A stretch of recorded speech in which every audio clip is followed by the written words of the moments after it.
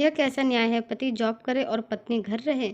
माया की शादी को अभी 2 ही महीने हुए थे। घर में बैठे बैठे वह बोर होने लगी थी। वह अपने पति से कहती है, मैं घर में रहते रहते अब बोर होने लगी हूँ। संजय कहता है तो कोई क्लास ज्वाइन कर लो, बिजी रहोगी तो समय अच्छे से कट जाएगा। माया कहती है, अरे नहीं, मैंने इतनी पढ़ाई की है, जॉब सर्च कर लेती हूँ ना। शंकर कहता है, जॉब करने की क्या ज़रूरत है, मैं कमा लेता हूँ ना, तुम्हें कोई कमी नहीं होगी। मेरी सैलरी भी अच्छी खासी है, तुम्हें कमाने की क्या ज़रूरत है। माया कहती है, पर मेरे भी तो कुछ सपने हैं जिन्हें पूरा करने की जिम्मेदारी मेरी है। और तभी शंकर कहता है, फिर कुछ साल में हम बेबी भी प्लान करने वाले हैं, तो कोई तो चाहिए उसकी भी देखभाल करने के लिए। अगर हम दोनों ही जॉब करने लगेंगे तो फिर बेबी का ध्यान कौन रखेगा। मैं नहीं चाहता कि उसका ध्यान रखने के लिए मैं किसी और को रखूं। और फिर तुम्हें मैं परेशानी भी नहीं देना चाहता। मैं नहीं चाहता कि मेरी प्यारी सी खूबसूरत बीवी परेशान हो। तुम घर की जिम्मेदारी संभालो, बाहर की जिम्मेदारी संभालने के लिए मैं हूँ ना। मैं नहीं चाहता तुम ज़्यादा परेशान रहो। और सोचो, अगर तुम जॉब करने लगोगी तो लोग क्या कहेंगे, आस पड़ोस वाले। उन्हें तो यही लगेगा ना कि मेरी सैलरी कम पड़ती होगी, इसलिए तुम्हें भी जॉब करने की ज़रूरत पड़ रही है। माया कहती है, अगर आप मुझसे प्यार करते हैं तो आपको आस पड़ोस और समाज के बारे में नहीं सोचना चाहिए। कौन क्या कहता है, आपको इससे कोई फ़र्क भी नहीं पड़ना चाहिए। वैसे भी मैं इतनी पढ़ी लिखी हूँ, मुझे कोई भी जॉब आसानी से मिल सकती है। मेरे माता पिता ने मुझे इस लायक बनाया है कि मैं अपने पैरों पर खड़ी रह सकूँ। और यह नौकरी मैं सिर्फ पैसों के लिए नहीं, अपने आत्मसम्मान के लिए भी करना चाहती हूँ। अगर मैं जॉब नहीं करूँगी तो फिर मेरी पढ़ाई लिखाई का कोई महत्व ही नहीं रह जाता। शंकर कहता है, देखो माया, मैं समाज से नहीं लड़ सकता हूँ। मैं हर किसी को यह नहीं समझा सकता कि तुम क्यों जॉब कर रही हो। समाज से लड़ने का साहस मुझ में नहीं है और ना ही मेरे पास समय है। तुम मेरी अच्छी बीवी हो, तुम्हें मेरे साथ देना चाहिए। अपने भैया भाभी की यह सारी बातें सुरभि बाहर खड़ी सुन रही थी, जो अपनी भाभी माया को बुलाने के लिए आई थी, क्योंकि माया से मिलने के लिए उनकी सहेली आई हुई थी। लेकिन सुरभि जब अपनी भाभी माया को बुलाने के लिए उसके कमरे तक आई तो भैया भाभी की बातें सुनकर रुक जाती है और खुद को उनकी बातें ध्यान से सुनने से रोक नहीं पाती है, क्योंकि उनके बीच जो बातें हो रही थी वह उसके रिश्ते से भी जुड़ी थी। सुरभि के रिश्ते को भी सुरभि के रिश्ते की भी बातें घर में चलने लगी थी। सुरभि ने बहुत मेहनत और एकाग्रता से अपनी पढ़ाई की थी। वह भी अपनी भाभी की तरह अपने पैरों पर खड़ा होना चाहती थी और आत्मनिर्भर बनना चाहती थी। लेकिन जब वह अपनी भाभी को अपने लिए संघर्ष करता हुआ देखती है तो वह हैरान रह जाती है। सुरभि को भी अपनी भाभी को देखकर ही मनोबल मिला था, इसलिए उसने भी अपनी भाभी के स्तर की पढ़ाई की थी और उसके अंदर भी कुछ न कुछ कर दिखाने का जुनून था। मगर यह क्या, जिस तरह भाभी कुछ पाने के लिए उसके अपने ही भैया से गिड़गिड़ा रही थी और मना करने वाला कोई और नहीं, अपना खुद का भाई था, सुरभि का भाई। शंकर तो नई ऊंचाइयों पर पहुंचने के लिए दिन रात एक कर रहा था, पर उसे केवल अपनी ही पड़ी थी और अपने माँ बाप और रिश्तेदारों को की। लेकिन वह अपने पत्नी को जॉब करने से मना कर रहा था। सुरभि सोचती है, यह कैसा न्याय है, पति जॉब करे और पत्नी घर पर रहे, वह भी इतनी पढ़ी लिखी होकर। सुरभि मन ही मन सोचती है कि बच्चों और परिवार की जिम्मेदारी सिर्फ एक पत्नी ही क्यों निभाए। क्या वह स्वयं नहीं कमा सकती? क्या किसी पत्नी का कमाना समाज के लिए सही नहीं है? और यह समाज होता भी कौन है, किसी को कुछ भी करने से मना करने वाला? भैया भाभी की बात सुनकर सुरभि वापस भाभी की सहेली के सामने आकर बैठ जाती है। सुरभि भी अपनी बात भाभी और उसकी सहेली की हम उम्र थी, लेकिन उसने कभी इन दोनों के बीच में आने की कोशिश नहीं की थी। आज पहली बार सुरभि भाभी की दोस्त के सामने बैठी थी। मोनिका को सुरभि का इस तरह चुपचाप मुंह लटकाना कुछ ठीक नहीं लगता है, तो वह उसके नज़दीक आकर पूछती है, क्या मैं गलत समय पर आ गई हूँ? सुरभि कहती है, नहीं, एकदम सही समय पर आई हो। भाभी को अभी आपकी बहुत ज़रूरत है। मोनिका आज के ज़माने की एक समझदार लड़की थी, वह सब समझ रही थी। वह कहती है, क्या उसके जॉब की बात है? अचानक मोनिका के मुंह से निकल गया। वह कहती है, माया ने मुझे फ़ोन पर उसकी मनचाही जॉब मिलने की खबर बहुत ही फीके अंदाज में दी थी। इसी बात को पक्की करने के लिए मैं यहाँ उसके घर आ गई कि कहीं उसकी तबीयत तो खराब नहीं है या कोई और बात तो नहीं। वह आगे कहती है, यार, इतनी बड़ी कंपनी में इतनी बड़ी जॉब मिली है उसे, और उसकी सैलरी भी बहुत ज़्यादा है। यह कोई आम बात नहीं है। मैं तो उसे यहाँ बधाई देने आई थी। सुरभि कहती है, क्या कह रही हैं आप? भाभी को जॉब ऑफर आया है? लेकिन वह तो जॉब सर्च करने के बारे में भैया से कह रही थी। भाभी तो मेरे भैया से जॉब सर्च करने की भी परमिशन मांग रही है। यह कहते कहते सुरभि की आंखों से आंसू बहने लगते हैं। मोनिका भी अपनी बेस्ट फ्रेंड की ऐसी स्थिति पर उदास थी।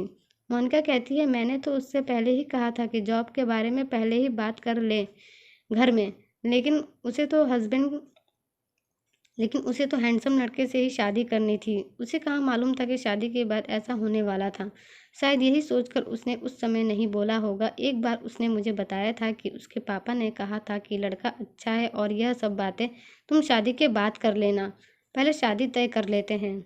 माया के पापा ने यह भी कहा था कि उनके यहाँ लड़की वालों की बातों पर ध्यान नहीं दिया जाता है, केवल लड़के वालों की बातों पर अमल किया जाता है। लड़के जो कहते हैं वही लड़की वालों को करना पड़ता है, और अगर हम लड़की वाले उनसे हमारे जॉब के बारे में बात करते हैं तो वह लोग क्या सोचेंगे। हमें लड़के वालों की शर्तों को पूरा करना होता है। अगर हम ही अपनी शर्त रख देंगे तो कोई भी शादी के लिए तैयार नहीं होगा, और समाज में यह बात इतनी तेजी से फैल जाती है कि फिर दोबारा रिश्ता हो पाना मुश्किल हो जाता है। यही सब सोच समझकर माया के पापा ने उसे चुप रहने का सुझाव दिया था। माया ने अपनी आकांक्षाओं को दबाकर परिवार का साथ दिया, जबकि पूरा परिवार जानता था कि माया कितनी महत्वाकांक्षी है, लेकिन कहीं न कहीं माया का परिवार भी उसका कन्यादान करके उससे मुक्ति पाना चाहता था। मोनिका को लगता है कि वह कुछ ज़्यादा ही बोल गई, इसलिए वह अब जाने के लिए खड़ी हो जाती है। तभी पीछे से सुरभि की माँ उसे आवाज़ लगाती है, बेटा अभी कहाँ जा रही हो, रुक जाओ थोड़ा, अभी अभी तो आई हो तुम। सुरभि की माँ भी अपनी बेटी की शादी जल्द ही तय करना चाहती थी, क्योंकि वह नहीं चाहती थी कि उनकी बेटी करियर के चक्कर में पड़े, इसलिए कोई अच्छा रिश्ता देखकर वह उसका भी विवाह जल्दी कर देना चाहती थी। सुरभि की माँ जिस जमाने की थी, उसके ज़माने में यही सब लड़कियों के बारे में समझाया और सिखाया जाता था। उस ज़माने में कभी भी लड़कियों की पसंद नापसंद और कोई सुझाव के बारे में कोई बात ही नहीं करता था, तो करियर की बात कहाँ से होती। उस ज़माने में भी बहुत कम लड़कियां जॉब करती थी, और जब बड़े बूढ़े ऐसी लड़कियों को देखते तो उन्हें आज़ाद ख्यालों वाली लड़कियां कहते, जो उस समय में सही नहीं मानी जाती थी उनके हिसाब से। इसी तरह की बातें वे लोग अपनी आने वाली पीढ़ी के दिमाग में भी भरते गए। सुरभि की माँ कहती है, बेटा घर गृहस्थी चलाने में किसी एक को बलिदान देना ही पड़ता है, किसी एक के पूर्ण समर्पण से ही घर चल पाता है। लड़की की शादी के बाद परिवार और परिस्थिति सब बदल जाती है। सब कुछ बैलेंस करना, खुद को नए माहौल में डालना, बच्चों को पालना, शारीरिक और मानसिक रूप से इतनी ताकत ही नहीं बचती कि हम बाहर भी जाकर जॉब कर पाए। घर और बाहर दोनों को संभालना औरतों के लिए बहुत मुश्किल हो जाता है। यहीं वहीं लड़के को तो घर का कोई काम करना नहीं होता, ना ही उन्हें घर की कोई चिंता रहती है, इसलिए वह अपना काम यानी जॉब बिना किसी परेशानी से कर सकते हैं। सुरभि की माँ की ऐसी बातें सुनकर मोनिका से रहा नहीं जाता। वह कहती है, इसका मतलब आप यह कहना चाहती हैं कि लड़की की कमजोरियों के चलते वह घर का भारी से भारी काम पूरे दिन कर सकती है और सबकी जी हुजूरी भी करने में उसे कोई परेशानी नहीं है, लेकिन जब जॉब की बारी आती है तो उसके लिए मुश्किल हो जाएगा, है ना। सुरभि भी अपनी माँ से कहती है, हाँ माँ, यह क्या बात हुई, क्यों झोंक देते हैं हम रिश्तों की भट्टी में लड़कियों को। हम सभी को मिलकर एडजस्ट करना चाहिए। हम सभी क्यों नहीं मिलकर इस बदलाव को एडजस्ट करते हैं। शादी तो लड़की की भी होती है, वह भी उतना ही एडजस्ट करेगा जितना लड़की, और जब पूरा परिवार ज्ञान देने में माहिर होता है तो मदद क्यों नहीं कर सकता, खुद क्यों नहीं पहल करता इस बदलाव को नॉर्मल करने की। जब अपने ही परिवार वाले अपनी बहू और बेटी की तरक्की में रुकावट बनने लगेंगे तो लोग उनसे क्या सीखेंगे। ऐसे में कोई परिवार कैसे आगे बढ़ सकता है। शादी के बाद पेरेंट्स दोनों बनते हैं। लड़की जितनी बच्चे की माँ है उतना ही लड़का भी पिता है। फिर लड़की ही अकेले क्यों सारी जिम्मेदारी उठाए बच्चे की। बच्चे को पैदा दोनों ने मिलकर किया है, तो जिम्मेदारी किसी एक की कैसे हो सकती है। सुरभि कहती है, मैं अपने बारे में स्वयं ही तय करूंगी। यहाँ भी मुझ पर ही दबाव बनाया जा रहा है, मगर मैं एक नए जमाने की प्रगतिशील लड़की हूँ और हमारे घर में भी ऐसे ही लोग हैं, लेकिन उनकी सोच पुराने जमाने की रहेगी तो मैं किसी और पर विश्वास कैसे कर सकती हूँ। मोनिका कहती है, आज के समय में भी यही हाल है, इसलिए मैं भी करियर की शुरुआत में शादी नहीं करूंगी, चाहे जो भी हो जाए। सुरभि कहती है, बिल्कुल सही कहा दीदी आपने। सुरभि की माँ दोनों बच्चियों को समझाने की कोशिश में लगी थी। बेटा लड़की को ही समझौता करके दोनों घरों को चलाना पड़ता है। सुरभि की सुरभि को माँ की बातें सुनकर गुस्सा आ जाता है। वह गुस्से में कहती है, माँ क्या तुम भी एक लड़की दो माँ, क्या तुम भी एक लड़की दो घरों को जोड़ने के लिए अपने अस्तित्व को भी जोड़ दें? This is not right mom. संघर्ष केवल लड़की ही क्यों करें, हम सब क्यों नहीं मिलकर करते?